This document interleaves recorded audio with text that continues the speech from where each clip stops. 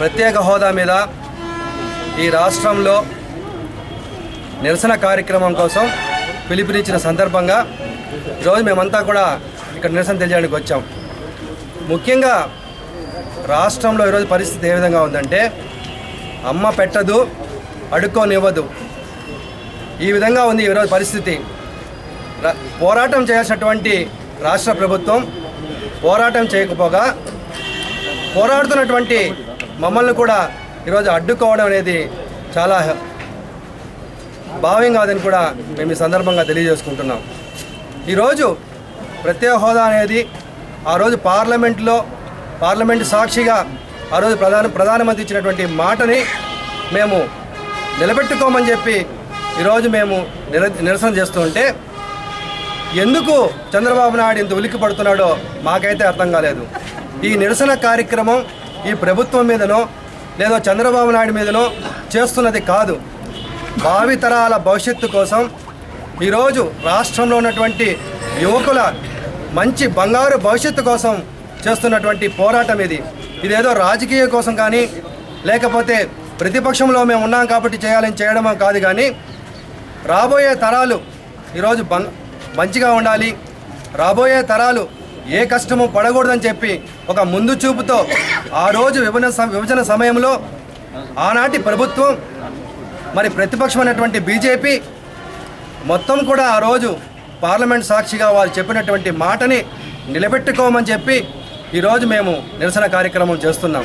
మరి చంద్రబాబు నాయుడు గారు మరి ఆ రోజుల్లో తెలుగుదేశం పార్టీ పెట్టినటువంటి ఎన్టీ రామారావు గారు ఆంధ్రుల ఆత్మగౌరవం కోసం ఢిల్లీకి పెద్దల్ని ఎదిరించి ఆ రోజు తెలుగుదేశం పార్టీ పెడితే ఈ రోజునటువంటి చంద్రబాబు నాయుడు మరి నీ ఆత్మగౌరవాన్ని ఏ రోజో ఢిల్లీలో తాకట్టు పెట్టావు, మరి మేము చేస్తున్నటువంటి ఈ యొక్క ఆత్మగౌరవ యాత్రను కూడా మీరు ఈరోజు అడ్డుకుంటున్నారంటే మీరు ఏ స్థితికి దిగజారిపోయారో ఒక్కసారి మీరు ఆలోచించుకోవాలి.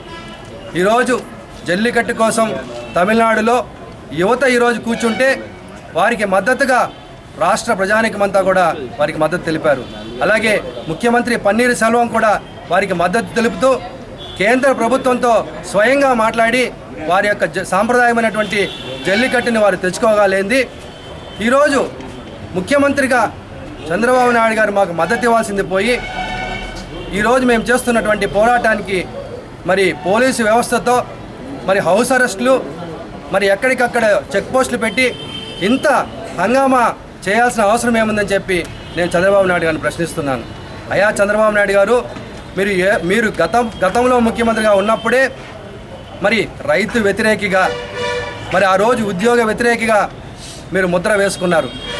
ఇప్పుడు మీరు యువతకి వ్యతిరేకిగా ముద్ర వేయించుకోవడానికి ప్రయత్నం చేస్తున్నాను కూడా మీకు సెలవిస్తున్నాను. కాబట్టి మీరు చెప్తున్నటువంటి ఆ ప్యాకేజీకి ఎక్కడ చట్టబద్ధత ఉంది? ఈరోజు ఢిల్లీకి వెళ్ళి వారిచ్చినటువంటి ప్యాకేజీ చట్టబద్ధత కోసం కాళ్ళ వేళ్ళ పడుతున్నారే, మరి అటువంటి ప్యాకేజీ కావాలని చెప్పి ఈరోజు పోరాటం చేస్తున్నట్టు మా మీద ఈరోజు మీరు కేసులు పెడుతున్నారు. ఇది ఎంతవరకు భావ్యమని చెప్పి ఈ రాష్ట్ర ప్రభుత్వాన్ని నిలదీస్తున్నాను. మొట్టమొదటి నుంచి ప్రత్యేక హోదా కోసం జగన్మోహన్ రెడ్డి గారి నాయకత్వంలో అనేక పోరాటాలు చేసినటువంటి పార్టీ ఈరోజు వైఎస్ఆర్ కాంగ్రెస్ పార్టీ. మరి మా నాయకుడికి ఉన్నటువంటి ముందు చూపు ఎందుకు మీకు లేదు అని నేను ప్రశ్నిస్తున్నాను. అంటే ఓటుకు నోటు కేసులో మీరు ఆ రోజు ఇస్తున్న సందర్భంగా మరి ప్రత్యేక హోదాని ఢిల్లీ పీఠాల వద్ద తాకట్టు పెట్టారా అని నేను ఈరోజు ప్రశ్నిస్తున్నాను. అసలు ప్రత్యేక హోదా అనే అంశము ఏ రోజో తేలిపోసినటువంటి అంశం. వెంకయ్య నాయుడు కేంద్ర మంత్రిగా ఈ రాష్ట్రంలో పుట్టిపెరిగినటువంటి వ్యక్తి కేంద్ర మంత్రిగా ఉన్నారు. మరి ముఖ్యమంత్రిగా చంద్రబాబు నాయుడు ఉన్నారు. ఈరోజు ప్రత్యేక హోదా నీరు కారుస్తున్నారంటే ఎవరో కాదు, ఖచ్చితంగా చంద్రబాబు నాయుడు కేంద్ర మంత్రి వెంకయ్య నాయుడు అని చెప్పి ఈరోజు రాష్ట్ర ప్రజలందరూ కూడా భావిస్తున్నారు. మరి ఇప్పటికైనా సరే మీరు యువతని అడ్డుకోవడం మానివేసి ఈరోజు శాంతియుతంగా చేస్తున్నటువంటి నిరసన కార్యక్రమానికి మీరు అనుమతి ఇవ్వకుండా ఎక్కడికక్కడ యువతను మీరు బంధిస్తున్నారు. ఈరోజు ఆంధ్రాలో పుట్టిన పెరిగినటువంటి యువత పౌరుషానికి ప్రతీక. ఈరోజు మా ఆంధ్రప్రదేశ్ యువత దద్దమ్మలు కాదు, ఖచ్చితంగా మీ మీద పోరాడతారు. రాబోయే రోజుల్లో ప్రత్యేక హోదా కోసం మరింత ఉధృతంగా వైఎస్ఆర్ పార్టీ పోరాడుతుంది కూడా తెలియజేసుకుంటూ ఈ యొక్క ఉద్యమానికి అన్ని వర్గాల నుంచి మరి అన్ని రాజకీయ పార్టీల నుంచి ఖచ్చితంగా మాకు సపోర్ట్ ఉంది. అందరినీ కలుపుకొని పోయే మనస్తత్వం జగన్మోహన్ రెడ్డి గారికి ఉంది. ప్రత్యేక హోదా అనేది వస్తే ఈ రాష్ట్రానికి 1,00,000 కోట్ల రూపాయలు వచ్చేది అనేది వాస్తవం. ముఖ్యమంత్రి గారు ఈరోజు ఏ దేశం వెళ్తే, ఈరోజు శ్రీలంక వెళ్ళాలనుకోండి, శ్రీలంక లాగా ఈరోజు అమరావతి కడతానంటారు. జపాన్కి వెళ్తే జపాన్లో ఉన్నటువంటి టోక్యో నగరం ఇంకోటి దానిలాగా కడతానంటారు. నువ్వు అదే ఈ ప్రత్యేక హోదా సాధించావంటే ఆ వచ్చే 1,00,000 కోట్లతో నువ్వు ఏం కట్టాలనుకుంటావో అది కట్టి ఈ రాష్ట్రాన్ని అభివృద్ధి చేయొచ్చు. ఇదే నేను చంద్రబాబు నాయుడుకి ఇచ్చే సలహా. ప్రత్యేక హోదా గురించి మీరు పోరాడండి. ఈ రాష్ట్రం అంతా కూడా ప్రభుత్వానికి సపోర్ట్ చేస్తుంది. లేకపోతే మీ ప్రభుత్వం అధోగతి పాలవడం మాత్రం వాస్తవం. రాబోయే రోజుల్లో ఈ యొక్క ఉద్యమాన్ని మరింత పెద్ద ఎత్తున మేము చేస్తాం. ప్రత్యేక హోదా సాధించేంత వరకు కూడా మేము పోరాడతామని తెలియజేసుకుంటూ జై జగన్, జై జగన్. ప్రత్యేక హోదా అనేది ఆంధ్రుల హక్కు. ఆంధ్ర రాష్ట్రాన్ని 2 భాగాలుగా విడగొట్టినప్పుడు పార్లమెంటు సాక్షిగా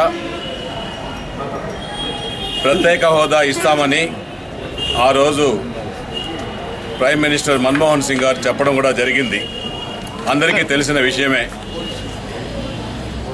అటువంటి దాన్ని ఈరోజు మన చంద్రబాబు నాయుడు గారు ఆంధ్ర రాష్ట్రంలో ఓటుకు నోటు కేసులో అడ్డంగా దొరికిపోయిన వెంటనే తెలంగాణ రాష్ట్రాన్ని వదిలి అక్కడి నుంచి కేసీఆర్ కాళ్లపైన పడి కుయ్యోమురాని క్షమాపణలు చెప్పుకొని నన్ను రక్షించు ప్రభు, నేను ఇక్కడి నుంచి వెళ్ళిపోతానని ఆంధ్ర రాష్ట్రానికి వచ్చి అప్పటి నుంచి కూడా చంద్రబాబు నాయుడికి మైండ్ కూడా బ్లాక్ అయిపోయింది. ఆయన ఏం చేస్తా ఉన్నాడో ఆయనకు కూడా తెలియడం లేదనేసి కూడా ప్రజలకు ఈరోజు అర్థమైంది.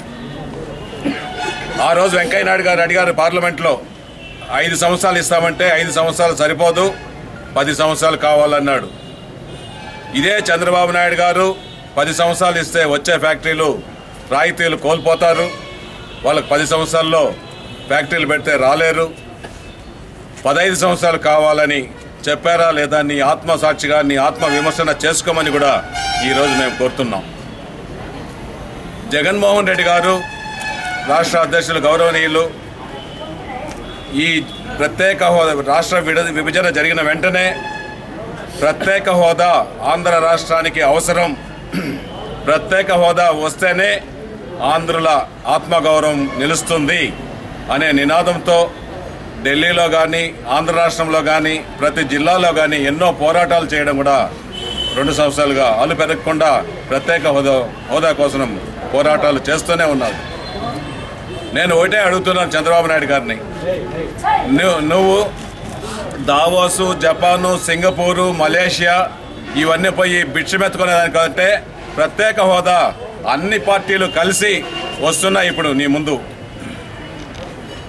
నువ్వు ఇప్పటికైనా కళ్ళు తెరుచుకొని ఓపికగా నాకంటే తెలివైనోడు లేవని నువ్వు నిన్న టీవీల్లో కూడా చెప్పుకుంటున్నావు. అవన్నీ పక్కన పెట్టి 5 కోట్ల ఆంధ్రుల అభిమతాన్ని దృష్టిలో పెట్టుకొని ప్రత్యేక హోదాను సాధించేదానికి నువ్వు కూడా అన్ని పార్టీలని కలుపుకొని ఢిల్లీలో పార్లమెంట్లో కూర్చొని మీ ఎంపీలను రాజీనామా చేయించండి. మా నాయకుడు జగన్మోహన్ రెడ్డి గారు చెప్పారు, మా ఎంపీలని వెంటనే రాజీనామా చేస్తాను నేను. తప్పకుండా ఎంపీలంతా రాజీనామా చేయండి, హోదాను సాధిద్దాం. ఇదే పక్క రాష్ట్రంలో తమిళనాడు ఓ జల్లికట్టు సాంప్రదాయ పద్ధతిలో జరిగే ఉత్సవాలు కూడా బ్యాన్ చేస్తే సోదరులు, యువకులు, రైతులు, మహిళలు, ఉద్యోగస్తులు అందరూ కూడా కోట్లాది మంది, లక్షలాది మంది కూడా మెరీనా బీచ్లో అన్నాలు కూడా తినకుండా రాత్రింబౌళ్ళు 3 రోజులు 4 రోజులు తమిళనాడు రాష్ట్రాన్ని అతలాకుతలం చేస్తే వెంటనే రూలింగ్ గవర్నమెంట్లో ఉన్న పన్నీర్ సెల్వం కూడా పోయి పార్లమెంట్లో కలిసి మన్మోహన్ సింగ్ మన మోడీని గారిని కలిసి అప్రూవల్ చేయించుకుంటూ ఉన్నాడు. అటువంటిది నువ్వు ఎందుకు చేయలేవు? నీకెందుకు ఆలోచన రాలేదు? ఈరోజు మన జగన్మోహన్ రెడ్డి గారు వైజాగ్లో పిలుపునిస్తే ఎక్కడికక్కడ నిర్బంధించి ఆఖరిలో ఎయిర్పోర్ట్లో దిగిన వెంటనే రన్వేలోనే పోలీసులు అడ్డగించడం మేము వైఎస్ఆర్ పార్టీ తరఫున ఈరోజు ఖండిస్తూ ప్రత్యేక ఆంధ్ర హోదా కోసం సాధించేంత వరకు ఈ రోజుతో ఇది ఆగే సమస్య కాదు. ఇది ప్రజల్లో నుంచి వచ్చేసింది, యువకుల్లో నుంచి వచ్చింది. మొత్తం మీద ముఖ్యంగా యువకుల బాగోగులు కోసం ఈ హోదా అవసరం కాబట్టి ఖచ్చితంగా కూడా హోదా సాధించేంత వరకు వైఎస్ఆర్ పార్టీ అవిశ్రాంతం కూడా పోరాడుతుందనేసి కూడా తెలియజేస్తున్నాం. జై జగన్. జగన్మోహన్ రెడ్డి గారు ప్రత్యేక హోదా అనేది ఈరోజు చెప్పడం లేదు. రాష్ట్ర ప్రజలందరికీ తెలుసు, ఆయన పార్లమెంట్లోనే ప్రత్యేక రాష్ట్రం వద్దు, ఐక్యతగా ఉండాలని ప్లే కార్డు పెట్టుకున్న వ్యక్తి. ఈ రాష్ట్రము ఐక్యతగా ఉండాలని ప్లే కార్డు పెట్టుకున్న పార్లమెంటు సభ్యులు ఎవరైతే ఉన్నారో వైఎస్ జగన్మోహన్ రెడ్డి గారే. ఈరోజు కూడా మీరు చెప్పినటువంటి మాట, ఇదే తిరుపతిలో వెంకటేశ్వర స్వామి పాదాల సాక్షిగా ఇదే వెంకయ్య నాయుడు గారు 10 సంవత్సరాలు ప్రత్యేక హోదా ఇస్తానని చెప్తే పక్కనున్నటువంటి చంద్రబాబు నాయుడు గారు 10 సంవత్సరాలు కాదు 15 సంవత్సరాలు కావాలని అడగడం జరిగింది. ఈరోజు ఈ ప్యాకేజీ కోసం ఎందుకు అంగీకరించినాడో చంద్రబాబు నాయుడు గారు ఆయనకే తెలాలి. ఈ రాష్ట్ర ప్రజలకు మాత్రం ఏమీ అర్థం కావడం లేదు. ఆ ప్రత్యేక ప్యాకేజీకి ఏమైనా చట్టబద్ధత ఉందా అంటే దానికి ఏమీ లేదు. కేవలం స్టేట్మెంట్లు, కోట్లాది రూపాయలు, వేల కోట్లు, లక్షల కోట్లు పేపర్ల మీద స్టేట్మెంట్ చదువుకోవడం తప్పితే ప్రజలకేమైనా ఒరిగిందా అంటే ఏమీ లేదు.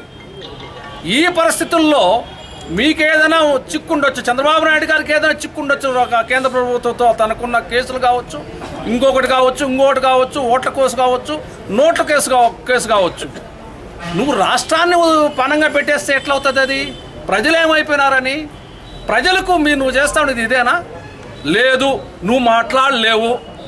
మాట్లాడే ప్రతిపక్షము అన్నీ వాళ్ళందరూ మాట్లాడుతూ ఉన్నప్పుడు, ఈ రాష్ట్రం మేలు కోసం వాళ్ళు మాట్లాడుతూ ఉన్నప్పుడు మీకేమి ఇబ్బంది అని మేము ప్రశ్నిస్తున్నాం.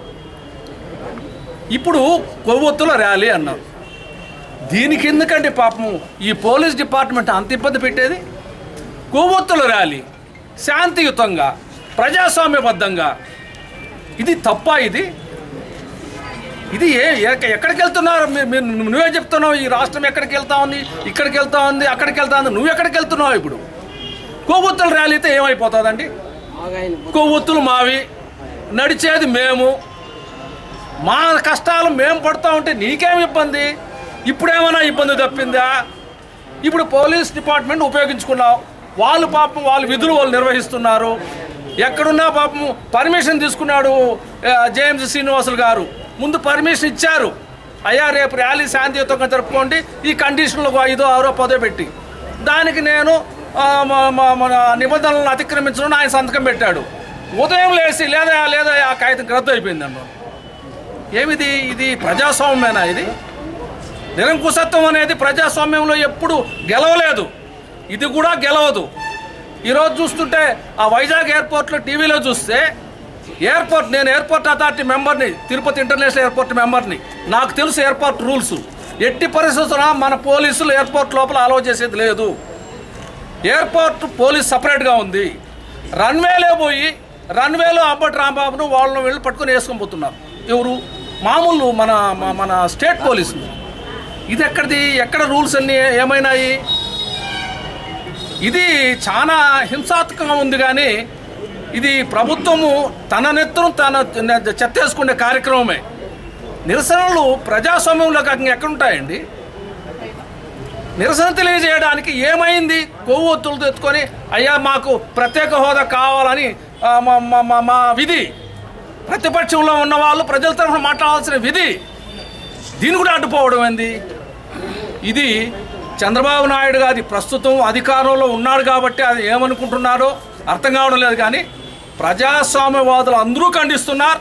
ఈరోజైతే యువత అంతా కూడా నీకు ఎంత వ్యతిరేకం అవుతారో భవిష్యత్తు నీకే అర్థమవుతుంది. మా అధినేత జగన్మోహన్ రెడ్డి గారు తలపెట్టిన ఈ ప్రత్యేక హోదా నిరసన కోసం మేమందరం ఇక్కడికి రావడం జరిగింది.